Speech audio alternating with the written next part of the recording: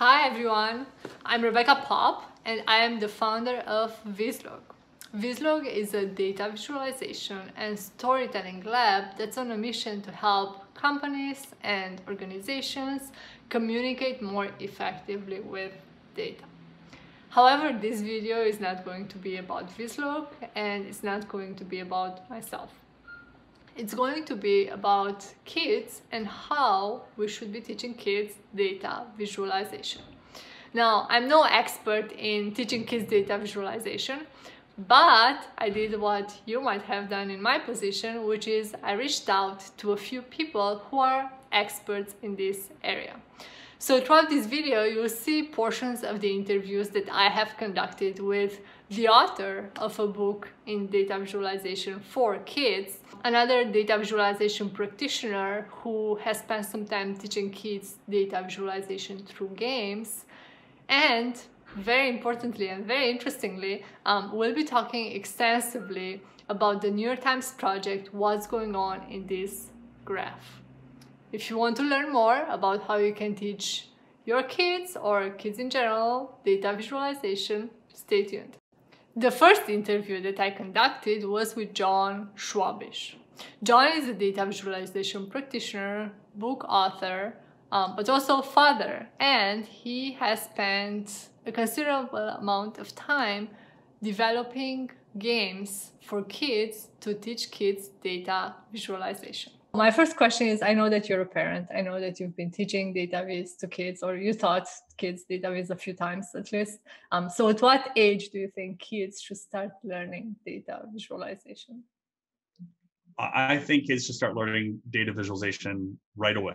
Like as soon as they can start drawing, they should start learning how to visualize data, right? Because that's really all, at least at the very beginning, that's really all we're doing is we're taking visual numbers and content and showing them in better ways. So like, I'm not sure that this is the first way that I started thinking about how kids would visualize data, but when my daughter, who's now almost 14, when she was, I want to say 8 or 9, when she came home from Halloween on November 1st, she woke me up early in the morning. She said, Dad, come outside. I made a bar chart. And she had taken her candy and made a stacked bar chart of all the candy that she had received. So it doesn't require, I mean, I think we in the data visualization field, we get a little obsessed with how do we write the right code? How do we make something interactive? But really, at the end of the day, a lot of what we can do, we can just draw or use candy, right? And so I think right away at the very beginning,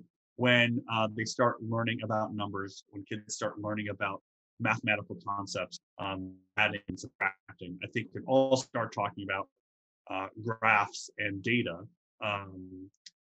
because a lot of what I think we find now is that as adults, many adults are not familiar with a lot of different graph types. They're all familiar with lines and bars and pie charts because that's what we learn in elementary school or grade school.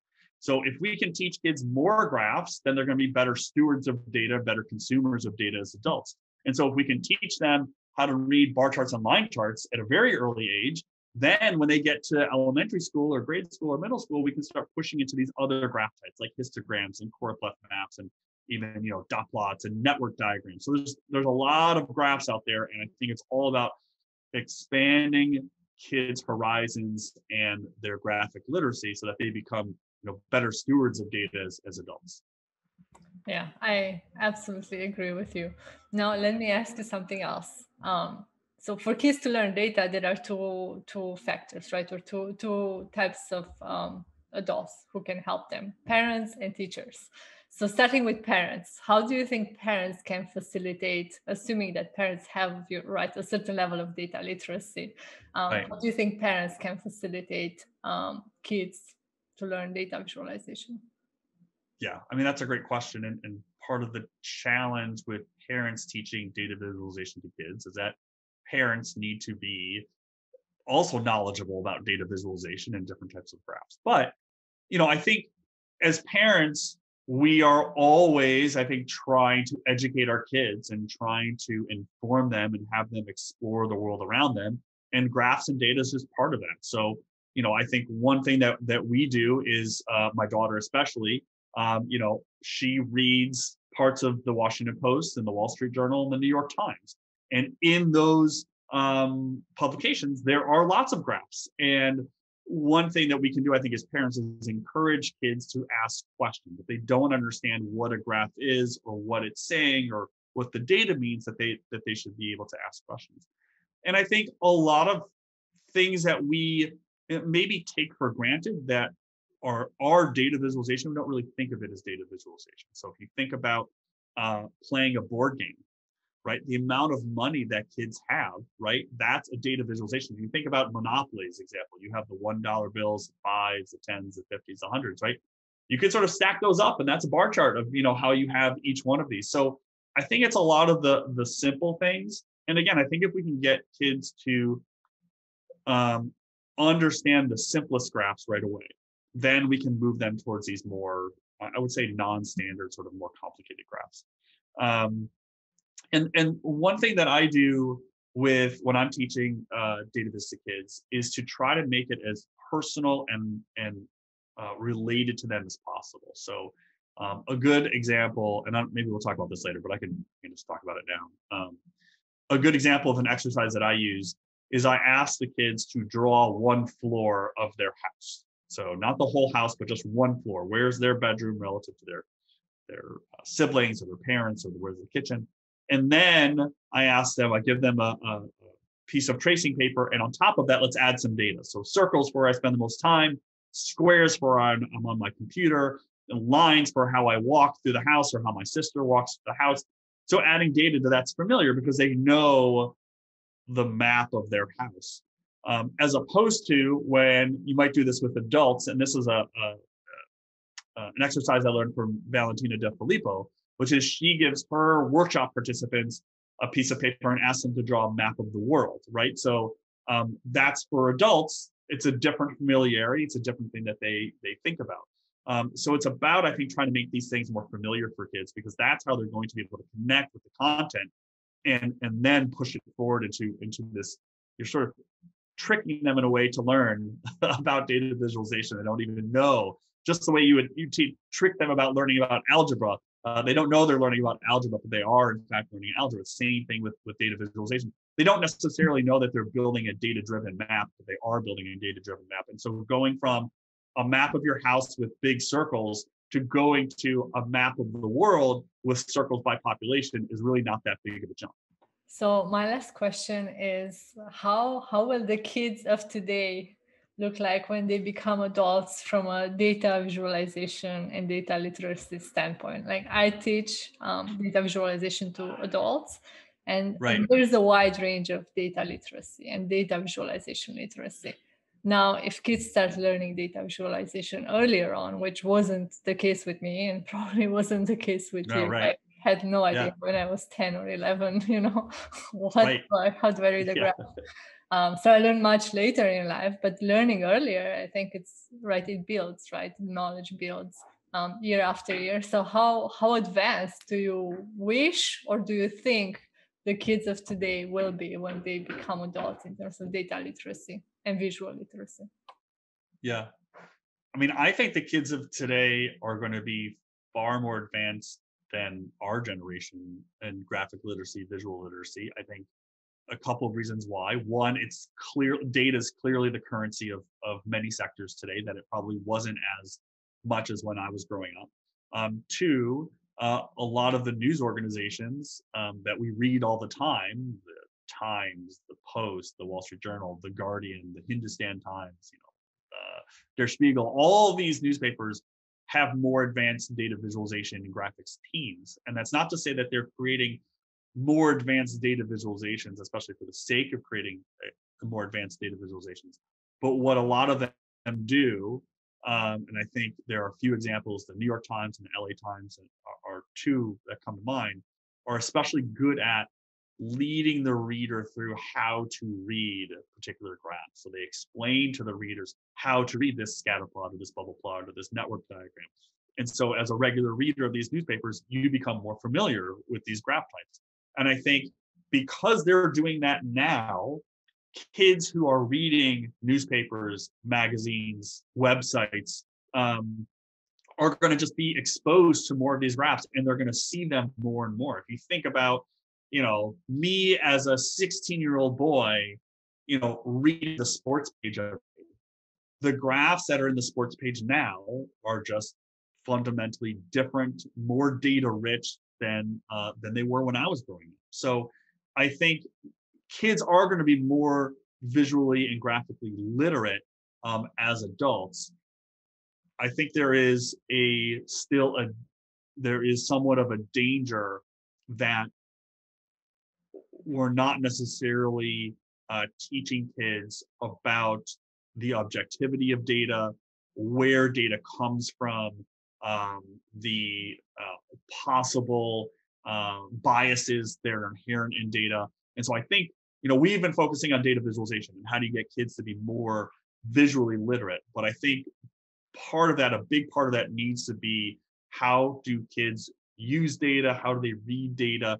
How do they just understand that the source of this data set is coming from, this survey instrument that is providing biased numbers or estimates. And so we need to be thinking about that. I think the election is a great example, right? When you see early results coming in and you see one candidate has 90% of the vote, the other candidate has 10% of the vote, but only 2% of them is reporting, you need to be able to understand that this 90-10 gap is likely not going to hold. And so to be able to understand that and where data come from and what's inherent in the data is probably a slightly different topic, but is perhaps even more important for their daily understanding of the world. But back to your original question, yeah, I think kids are going to be way more advanced just because of the amount of content, the amount of data, and the different channels that they can find it in, more so than we were growing up. The second interview that I conducted was about the New York Times project, What's Going On in This Graph. I interviewed two of the coordinators of the project, Michael and Sharon. Sharon Hessney. I'm a math and statistics teacher from Boston. I'm an active member of the American Statistical Association, which partners the New York Times on what's going on with this graph. And I've been a regular reader of the New York Times for 50 years, maybe 55, I don't know, long time. And I'm Michael Gonchar. I'm the current editor of the New York Times Learning Network, a section of the Times that's committed to helping teachers and students teach and learn with the New York Times. I'm a former high school social studies teacher, and I've worked in New York City public schools in some capacity for, I had worked for probably 2 decades. And we started, I'm just going to close this, there's some noise out there. We started a feature, What's Going in This Picture, back in 2012. And in many ways, we'll talk more about how What's Going in This Graph got started, but in many ways that was sort of like the beginning of the Learning Network's intense use of multimedia like photographs and then eventually graphs on our site to engage students with what's going on in the world. Yeah, well, I'm looking forward to hearing more about that, and I think that would be maybe part of your answer to the next question, which is, can you share what What's Going On in This Graph project is, and also how it started? Sharon, you want to take that, and then I'll jump in with. Okay, sounds good. Okay, so with what's going on with this graph is a free online weekly feature of the New York Times Learning Network. Every week we release a graph that has previously been published in the New York Times. We ask students 4 questions. What do you notice? What do you wonder? What impact does this have on you and your community? And create a catchy headline that captures the main ideas of this graph. The students can respond any way they want, but if they respond online, on Wednesdays, we live moderate the responses when we and students around the world respond to them. Great, thank you, Sharon. And in terms of, did you also ask about the genesis of what's going on in this graph? Yeah, exactly. Mm-hmm. So I was just trying to think, I don't know. So in 2012, we did start a feature called What's Going On in This Picture on the site. We asked students to look closely at a photograph that's appeared in the New York Times. We stripped the photograph of its caption, and we asked students to really look at the details in the picture and use their own interpretation skills to see if they can figure out what's going on. For the purpose of that activity, it wasn't so much about getting the right answer or guessing. It was about close looking and making evidence-based interpretations and analyses. And with that feature, we partner with an organization called Visual Thinking Strategies. That's an arts education. They have a certain type of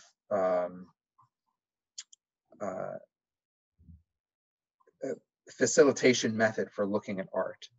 And so with that feature, we did live moderation in the comment section of the New York Times. So students comment, and then facilitators from VTS reply to students, pushing the conversation forward, validating what students have to say at the one hand, but also asking them to look a little bit more closely. And if they make an interpretation that doesn't seem based on evidence, to ask students, what do you see in the picture that makes you say that? Mm-hmm. And I think that was a model for Sharon and for myself. I mean, ASA and Sharon approached the Learning Network and said, hey, we'd love to partner with you. We at the Learning Network have known, and we've used the graphs in the Times in some way, but we knew it was a treasure trove that we had only scratched the surface of. So when Sharon and ASA approached us and said, we'd love to do something with the graphs, we were interested. And I think it was Sharon who actually said, what about if we do what's going on in this graph? And we thought, wow, that could be terrific, where we use a similar approach, where we ask students these open-ended questions, and Sharon will talk about those, about what questions we ask and where they came from. But we have live facilitation one day a week, because I think that makes for a more sophisticated conversation on our site and provides modeling for students and classrooms that participate in our site. And I actually think it provides modeling for students who participate in Google Classroom or somewhere else outside of our site, because we know there's thousands of students who do that as well. Okay, so I know you mentioned that that Sharon came up with the name, and then there's the questions. I'm not sure if the questions were established together, but could you mention a little bit about how you established the name? It's very intuitive. Well, I actually only established one word in the name. Okay, it was what's going on in this blank. Okay, so it had been picture. Oh, I see. Graph. Okay. Now, I mean, the features in a way are very different, because we're based really in mathematics and statistics. Okay, but it's still the same claim and evidence, that you find something in the graph. You make a claim about the graph, and then you show where you have the evidence. Mm-hmm. But I mentioned the what do you notice, what do you wonder? Now, that's a technique that was developed by Annie Fetter of the Learning Forum years ago. The Math Forum. The Math Forum. And it's used by some teachers, but boy, it has become famous through what's going on with this graph. And so noticing and wondering is a low floor, high ceiling. Yeah. Any student can notice something. There are red lines on the graph. It's a circle, okay? Whatever it is, okay? But as one student makes a notice, another one hears it, kind of one-ups them on it, uses that information to keep going. And by this reiterative process, students figure out what's going on in the graph. But they also do it by wondering what's going on. So they'll ask a question, okay? And the question will lead to somebody else noticing. So that's the technique that's used to really tease out the story in the graph. And Sharon, I wanted to add to that, just to say my son's, his opening math assignment this year on Desmos, his math teacher created some activity with graphs as part of an Algebra 2 class. And it included what do you notice and what do you wonder? And I thought to myself, I think that's through us. Like, I think that when you say it's become famous, because, maybe I wasn't aware of that language before, it's true, but it seems to me that we've really helped blow up that pedagogy that Annie had started. So I've noticed that there's a broad range of diversity when it comes to the types of graphs that you feature. And of course, the New York Times publishes a ton of graphs on a weekly basis, right? And you select one. So what's the process of selecting the graph on a weekly basis? So, okay. So I always pull this one out. So these are the COVID graphs. Oh, Since January, and this is not including any of the daily ones, okay? I put one in today. Okay, there are an enormous number of graphs. Since about 20 years ago when Amanda Cox came to the New York Times and started doing some of the graphs that she's now famous for, the Times has had an enormous and high quality collection of graphs. And so what's the criteria? And Michael likes to say that I'm the curator, and it really is like a museum in the sense that we have many graphs to pick from. Yeah. So the number one criteria is that students can see themselves in the graph. It has to be something that they relate to, okay?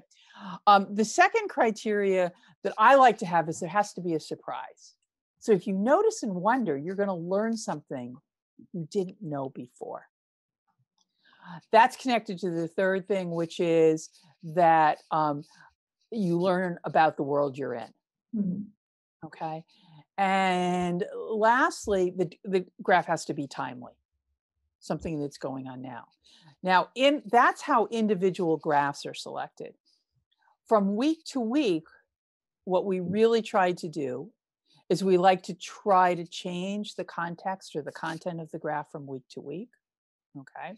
So we may do climate change one week, and the next week we may do the cost of engagement rings. Okay.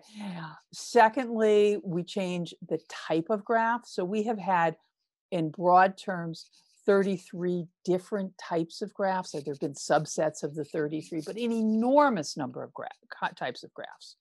Okay. And so we'll change those from week to week. And then lastly, we'll vary the level of difficulty. Mm-hmm. Okay. Now, if in any given week a teacher doesn't like what we release, two things. One is I guarantee next week will be different. And secondly, we have 3 indices, and they can, from the indices or from the website, they can pick a graph that has already been released. And what skills do you hope and see that students are developing by participating in this graph project? Well, the biggest one is that they are able to tease out the story that's in a graph. Mm-hmm. Okay.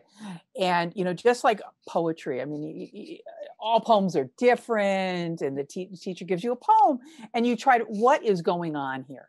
Well, all graphs are different. I mean, even if you do something as simple as a bar graph, even they are all different. And so can you tease the story out and not be intimidated by them? I'd like students to be able to, when they see a story somewhere, they don't run from the graph. They look at the graph, try to see what the story is, and then read the article and see if they were right. For sure, we want them to learn about the world around them. We want them to learn the technique of noticing and wondering. And this is really working, as we can tell. I mean, they're using it in other ways. Okay. It's a great technique. Not only is it low floor and high ceiling, but it's reiterative. I mean, you just think of a scientist or anybody, I see this, well, maybe I should try this. Maybe this isn't working. You keep reiterative process. And then, lastly, the whole thing about, I want students to be skeptical about graphs. What's going on here? I don't understand this. Okay. I do not want them to be cynical. Mm-hmm. Yes, there are graphs that have information that is incorrect. And if you figure that out because you've been skeptical, great. But don't start off with, well, this is not true. Mm-hmm. Okay. And tied to that, I'd say that there's a danger of in our sort of media saturated world that graphs are seen as somehow objective. Like if one side can point to a graph, then voila, the case closed. And that's why I think it's really important what Sharon said about this the skepticism. Like I want students to be able to make sense of a graph on their own, not accept it as truth. That things like the data matters, the presentation of the graph matters. I don't have the technical terms that Sharon has, so correct me, but like where the x-axis starts and where the y-axis starts, you can show rate of change to look huge, or you could make it to look very small based on the design of the graph. And so I think, just like everything else with media literacy and news literacy, if students develop a toolbox that they have when they approach a news article, when they approach something on social media, if they approach a graph, and they can make sense of it for themselves and ask the right questions, I think we'll be a more informed society. I think that's good for democracy, and it's good for our civil society. And I think it's how you create more informed, better educated, and better prepared students. The third interview that I conducted was with Greg Yarno. Greg is a history teacher in New Jersey and an active participant in the New York Times project What's Going On in This Graph. I have a few questions. The first one is, how did you start being involved in the What's Going On in This Graph project? And then how does it work? How do you implement it in your classroom? Okay. I started, my initial connection with the Learning Network was with their other feature that is What's Going On in This Picture. Okay. So that was kind of tied a little more tightly to the history part. Like, I'm a history teacher, so it was a little bit more into looking at documents and analyzing, an image and being able to see what to do with that. And then as What's Going On in This Graph launched, it was pretty close to the same time that they redesigned the Advanced Placement Government and Politics AP exam. And one of the things that they added on the AP exam was a question on quantitative analysis. And I usually get kids in the course that are, more on the humanities side, a little bit less on the mathematics side. And it seemed like this feature where it was given, some data and not a ton of like direction on what to do with it, where they really had to kind of explore some of the different ways that it could be used. It seemed like the best sort of, or a good tool for them to sort of learn how to manipulate the data and how to interpret things, and would be helpful in this sort of new aspect that they were asking about in the advanced placement exam. And then as far as how I use it each week, I assign it each week. We don't always go over every piece in the classroom. It's usually, interactive online. I'll ask them to respond to what they're asking for and what's going on in this graph. And I also ask them to sort of investigate some of the other people's responses, ask questions that maybe agreed with their interpretation or something maybe someone else brought up that enlightened them in some way. I've had a few kids who are definitely very good at understanding the statistical part of it. And I have a lot of kids who are just kind of being introduced to these ideas and even just how things are constructed in regards to the graph. So sometimes when they respond to the other posts on the feature, they start to see like, oh, I missed a piece of what was given to me. Now I understand that the graph, it means something entirely different because of something that I might have overlooked. So what was the students' immediate reaction when you first started working with graphs? Were they intrigued or were they receptive at all? What was their reaction? I think in the very beginning, they were a little confused. They thought they didn't really see the connection to what we were doing. The people at the Learning Network have used a lot of things outside of just the realm of mathematics, which I think as we went through it a few cycles, they understood that. I think they started to understand that there was a connection between interpreting data and things beyond a math class, you know. I think there's a little bit of fear that it was just, well, if I don't understand math very well, how am I going to understand this very well? But as they got through more of it, and a couple, I don't know if it was last year, one of the earlier ones had to do with you know, how many weeks some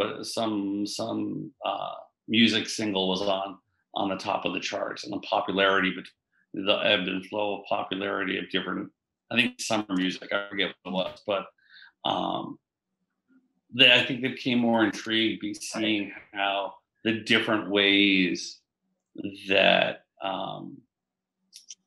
that data can be presented, you know, it's not all just columns of numbers, you know. Yeah. And so I think they look forward to that part because it's definitely something new for them.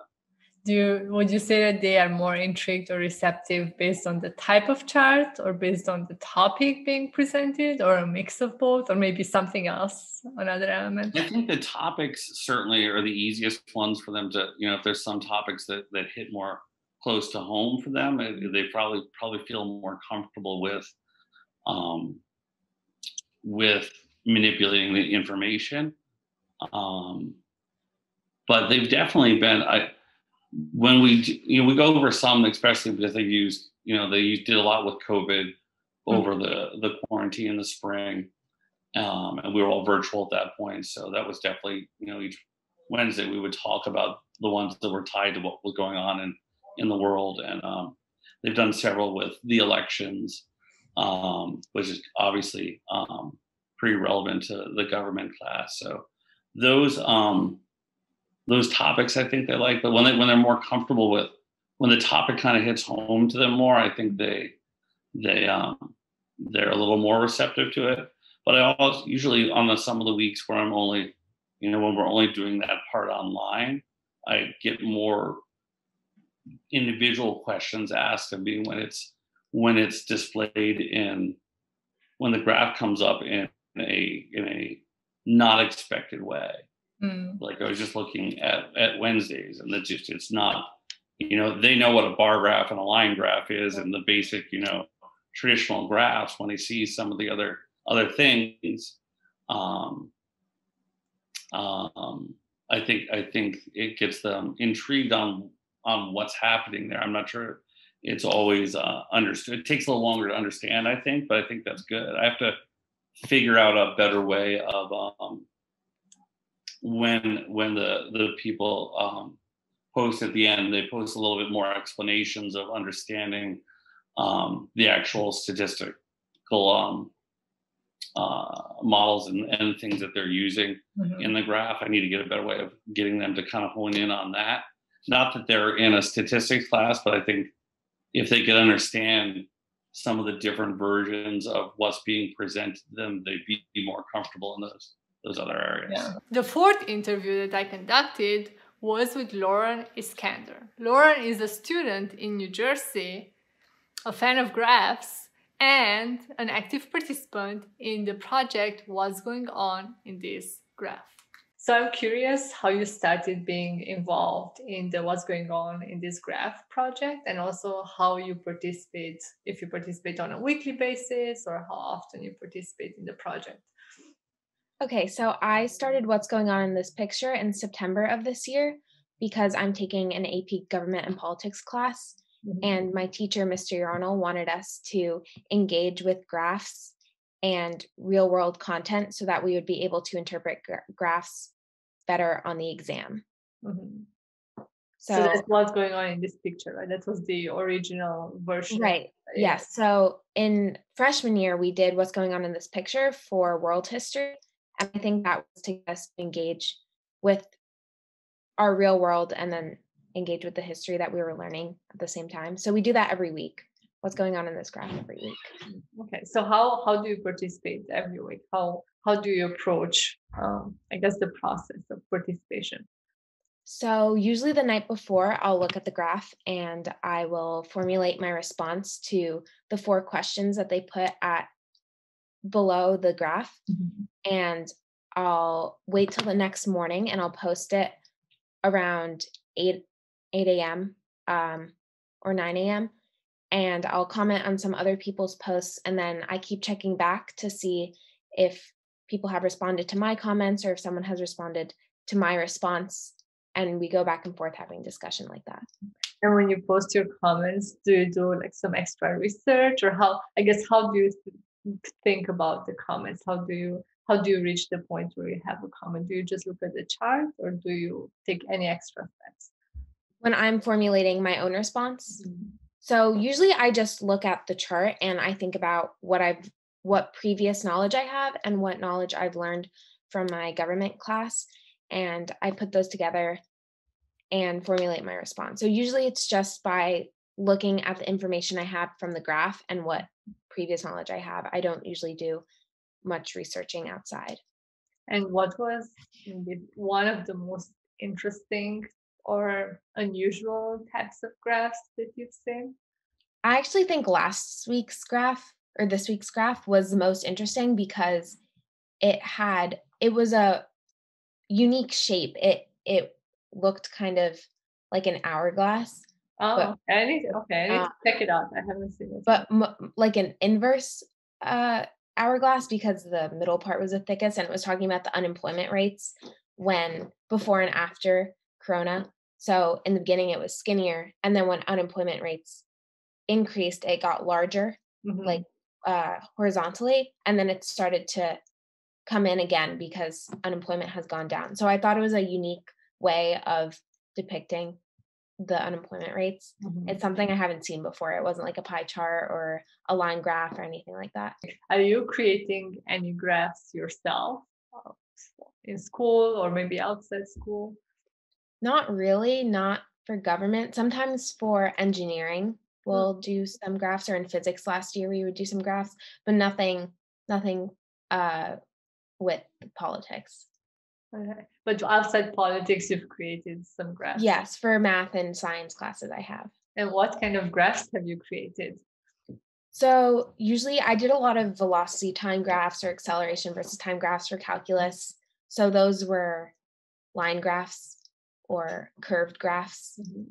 But that was all with math, like finding derivatives and stuff like that. Yeah. I mean, it's still visualizing data. But still visualizing, yeah. Yeah. So how do you feel, if you feel at all, that participating in what's going on in this graph or in this picture project has helped you learn more about graphs and about data, and just increase, potentially, if you think that was the case, your data visualization literacy? Right. So I think it does help. Practice definitely makes perfect in this case. But as the more I look at the graphs, the quicker and the easier it is to understand what they're saying. Sometimes the orientation of the graphs or the way they are put together is different from time to time. But once you get more familiar with all the different types of ways that they're formatted, it becomes easier to understand what they're trying to say. Yeah, that's true. And I know that, probably you see the news, right? Everyone is following politics right now. But there are a lot of graphs, right? Everywhere, especially maps, space graphs. How do you think maybe participating in this project has helped you understand the current graphs better? Or do you feel like it has helped you? Do you feel like you see the graph and you understand maybe quicker what it tells you, or maybe you're able to explain to others what it shows, just because you have practiced so much? Yeah, definitely. I think it's helped me mostly by showing what's not in the graph, if that makes sense. Because when I go through the comments on what's going on in this graph and I'm trying to formulate responses to comments, I find that a lot of people are implying outside information that hasn't been actually shown in the graph. And I've been able to pick up on that and realize that when I'm looking at graphs outside of what's going on in this graph, that I have to see the information that's in the graph and not imply outside data into that graph. because that skews results and skews what the graph is actually trying to depict. Yeah, that's very true. That's an excellent point. So how old were you when you started working with graphs or analyzing graphs at all? I have no idea. Probably elementary school, maybe third grade, when we started learning the types of graphs, but they weren't very complex. It was just how many people in the class like chocolate ice cream versus vanilla ice cream or something like that. Basic one. But I can't even remember a time when graphs weren't a part of my education because I've taken a lot of math classes and science classes, and they always go along with that every single year. Oh, okay. So how do you learn about graphs in math or science classes? Do you learn how to create them, or how are graphs approached? So actually it's both. So in math classes, it's learning how to see what the graph is saying. And I'm taking calculus. So for us, it mostly has to do with velocity and acceleration and the average rate of change, stuff like that, everything with speed. And then in science, it's making graphs. So usually it was for physics that we would make graphs. And those could be done with a variety of topics. So velocity was one topic that we made graphs for, and we made force charts, which were similar to graphs, just a different format. So sometimes we were making them, and then in math, we were always interpreting them. Okay, that's really good to know. So at what age do you think kids in general should start learning about graphs, whether that's, playing with Legos and making graphs, or, more in school in a more formal way? But at what age do you think, based on your own experience, right, and seeing your peers, a kid should be introduced to the world of graphs and to the meaning of graphs?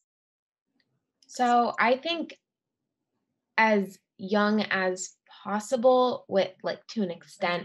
Of course, I think learning about them at a young age was helpful to me in the future, because right now it's not difficult for me to interpret graphs because I've been using them for so long. So after you get through your basics, addition and subtraction and the alphabet and reading, I feel like that would be a good time just to have everyone tip their toes in the water. Yeah. And the final interview that I conducted was with Liv Boley. Liv is a data journalist, but also the author of a series of books on data visualization for kids. I have here one of them, which is called Penelope Pie's Pizza Party. Hope you enjoy it. My background is, so I studied journalism at NYU and was kind of in the traditional journalism route, and then ended up coming across this company actually through another journalistic project I was doing. But it was a music analytics startup called Next Big Sound. And I ended up starting to work with them kind of at this intersection of creative and data, where basically I was taking all the information that they were processing and like displaying through the analytics platform. And I was using that to create stories, talking about artists or general trends in the industry or kind of what was going on. And, when I first started doing this is, 8 years ago or something now, it was like a very unknown thing, or, and radio spins and sales data was what was known to use in the music industry, but it wasn't a very, quantifiable industry in that sense. And then as social media became more of a platform for artists, as more direct kind of interaction with fans would happen through mediums that weren't kind of determined by the record labels, all of this information started to become really valuable and insightful if you were using it in the right way. Mm-hmm. So for a lot of years I worked there. I ended up also at Pandora, which is now owned by Sirius, and worked as the first music data journalist ever there. And basically what I learned through doing this, I didn't come necessarily from a data background. I came from like a creative written background. And I started to learn that it wasn't always as easy for everybody to interpret some of the graphs and some of the data that I was talking about. And a lot of what I was focused on was kind of storytelling in a way where it would come through. And over the years, it became more and more important to kind of visualize the data itself And it was very clear that that's kind of a very niche area. So, when we first started doing it, I was making these terrible graphs back in the beginning, and I was screenshotting from our product and all kinds of, hacky ways to go about this. But as the kind of importance of this, or as it became clear to me that there was like very important for people to learn how to interpret this, when I would go into a presentation or a meeting with label execs, me just pointing at a graph and them not being able to really understand and read it right off. And I'd been sitting and, staring at that graph for I don't know how long, so it interpreted it. They, weren't necessarily in a position to do so easily. I also ended up authoring a course on data analytics in the music industry for Berklee College of Music. And it's actually a pretty important component of the overarching course, simply because you're seeing today in media and in the news constantly this kind of graphic interpretation or graphic visualization of data is being thrown at you. And it's not something we're taught as kids necessarily. Like you're taught some of these basic graphs in maths, but like, unless you're a kid that has a specific interest in maths, it can be a little glazed over and how to interpret that at first glance. And by interpreting it, also being able to understand when it's factual and when it's not, right? We see plenty of examples in the media today of data being skewed. Either they're not, they're representing in some way that misinterprets the data or mispresents the data. And so I wanted, at least for my students and for the people that I would work with, for them to have a little more ability to kind of comprehend or be more critical of the data visualization from the outset. And I think it's a combination of things that gets people there. It's familiarity with it, seeing it over and over again, starting to understand what different types of graphs tend to express or what they're attempting to visualize. And then being critical of it and really thinking through it. And so Viz Kids came out as a project that I decided to do when I was still actually at Pandora. I was pregnant with my first child. I had come across this like kind of frustrating, okay, but this is a clear representation of this, and most people aren't able to just interpret it. Why aren't we teaching people this earlier? And I searched for resources. I couldn't find any. And I was like, you know what? I am going to turn this into an opportunity for me to storytell in the same way. And start to present some of these concepts to kids a lot earlier on, so that when they grow up and they start reading the New York Times, or they start reading, the Boston Globe or Fox News or whatever it is that wherever they're consuming their news, there's coming from a perspective of having a little more familiarity with the concepts and things that are being thrown at them, and how things should be presented, and when to be critical of it, and when you can accept it at face value. So it sounds like this is the first step before kids go to school and start using what's going on this graph from the New York Times, right?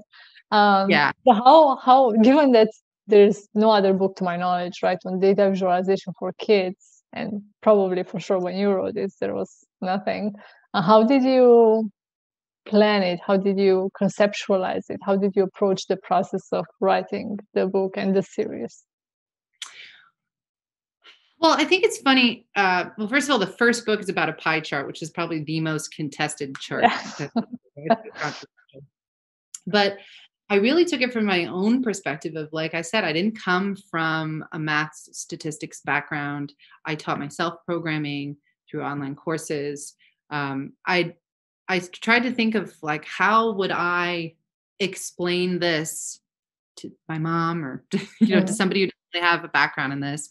And how did someone explain it to me? And so trying to break down they aren't that complicated concepts, but trying to break down these concepts into something even more consumable and a way to tell a story that explains what it is, without sitting and saying, this is a math book, this is about data visualization, but rather taking kids along on a story. And all of a sudden they've kind of ingested some of these concepts without knowing it. Learning without knowing is always my favorite approach. So can you tell me more about the books and how the storyline is structured, or how do you approach the, I guess, learning process, right? Because it's a book, it's a story, but the goal is, right, to learn, to help kids learn. How are you approaching that? Well, so it's that that same learning without telling them that they're learning, right? So for all of the stories, the idea is more to come up with a story surrounding it. So in the first book, for instance, it's about, Penelope Pie, and it's her birthday party. All of her friends are coming, and they're going to have pizza, but they're only ordering one. And everybody wants different things. And so starting to break down, what is a quarter of the pie and what is half of the pie, and how can you share it and how can you split it up? And we introduce a character, 3/4 away through the book, who's called Confusion Curmudgeon. And he basically shows up in every book to kind of throw things off a little bit and have the kids do the math over again. And so, the way that it's structured is less about explicitly explaining the concepts, because I feel like it's harder to keep a reader engaged. I mean, I have a 2 and a 4-year-old, and I see how long they're engaged with stuff. But rather taking them along a story which kind of walks you through step by step how the pie chart breaks down. And then, similarly for the second book, which is about Barnaby bar chart, it's another story about him going to the beach, and they all play a game, and they want to figure out who has collected the most of whatever item. And so you stack them together in bar charts, and then you can see, you have the kids answer the question of like, which is the tallest one. And also, I've done a lot of these, I've done a lot of in-person session with kids too around the Viz Kids series. And one of the things I love to do is kind of help them interpret on whatever topic or wherever I'm doing it. So for instance, I did one at the Harvard Art Museum. And so we chose pieces of artwork from the museum, and we built a big bar chart that the kids could come and put golf balls into, answering whatever question. And then when you then break it down and analyze the bar chart, part of the point of what I try to communicate to the kids is this isn't a question of which is the most, which is the right answer. You can learn a lot about what most people think is the right answer, or, what is the general trend and how people are perceiving this particular question or answer. And so trying to show that there's more than one way to interpret any information in these, and that, it requires digging a little deeper than just that first glance of like, okay, well, there's the tallest bar, then that's what I'm getting out of this information. Because, just looking at the tallest bar, just taking that first preliminary glance, you lose a lot of the depth and a lot of the content that's available in data visualization and the knowledge that it transfers. Yeah, that's true. So at what age do you think that kids should start learning data visualization? How early is good enough, or how early is too early? I mean, I've been playing with my oldest daughter, Sophie, with this. I mean, she's been reading the books herself. I've been reading the books to her since she was 2. And, we've done a lot of fun things like we sort all of her Legos into colors, and then we stack them together. I mean, she, at 2 or 3 years old, it's not too early for them to start thinking about categorization and visual representation, and that something can mean something else. You're not really going to get in depth with it until they're a little bit older. But I think just starting really early and playing with this kind of idea of organizing the world in data is something they can do as early as 2 or 3 years old and have fun with.